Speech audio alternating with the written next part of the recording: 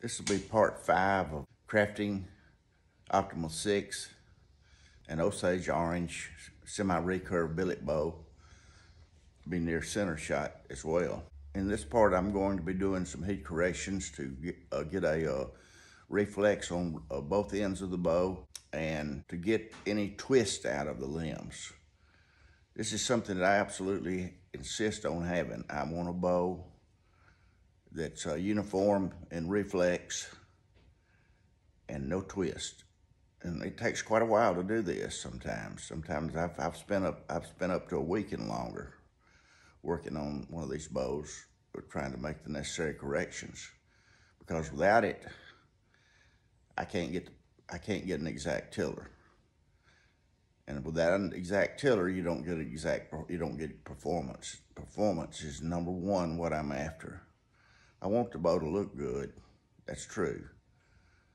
But performance is the big issue. Gotta have performance. So what I'm gonna do when I get ready to bend it, I'm gonna use this hand clamp and I'm gonna put it right here. I'm gonna heat that up real hot with a heat gun. I found that if you use a hand clamp, you're less likely to overbend and damage the wood, pull a belly tear, that sort of thing. So whenever I can, I use a hand clamp. I've got a little twist in it about right here. I need to get that out, but I may go ahead and fix that too while I'm making this bend. So I think what I'm gonna do is put a little wedge under this bottom part right here.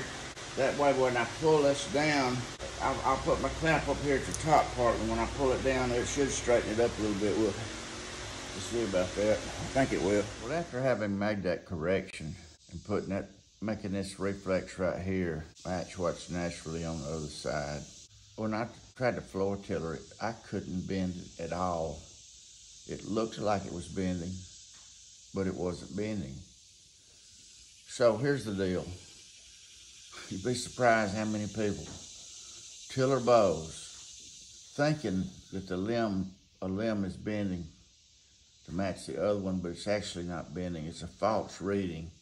And the only way that you can know for sure that your limbs are bending equally is to get them straightened out before you tiller it. Because if it's got a dip in it, then it's gonna look like it's bending it, but it won't be. I've got another false reading right here. I've got to bring this in right here. Because it actually takes a dip down right there. So I got it pulled down with a hand clamp, and then I took the big clamp, metal clamp, and just pulled that one little spot down there. That's where exactly where it dipped down. Okay, it's starting to get a little closer. I still got a little work to do on that right limb, which is the lower limb.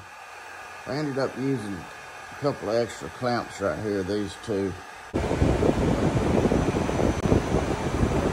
That's actually pretty good right there to start my tillering. It's not perfect. I've got one place over here. See that way it dips up right there? Well, that's in there naturally. I didn't put that in there. Had I put it in there, I'll tell you what, if you ever overbend a spot, it's real hard to ever get it back out. If you're gonna make a mistake, make it in that you didn't bend it quite far enough, not that you overbent it. Not good. That limb was a little bit too curved right there. See the other one down there on the other end.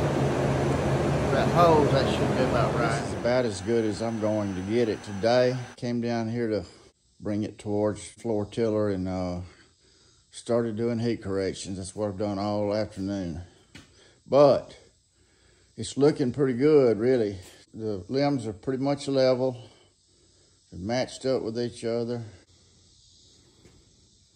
I'm through with heat bending for a while. We're gonna go on to tillering.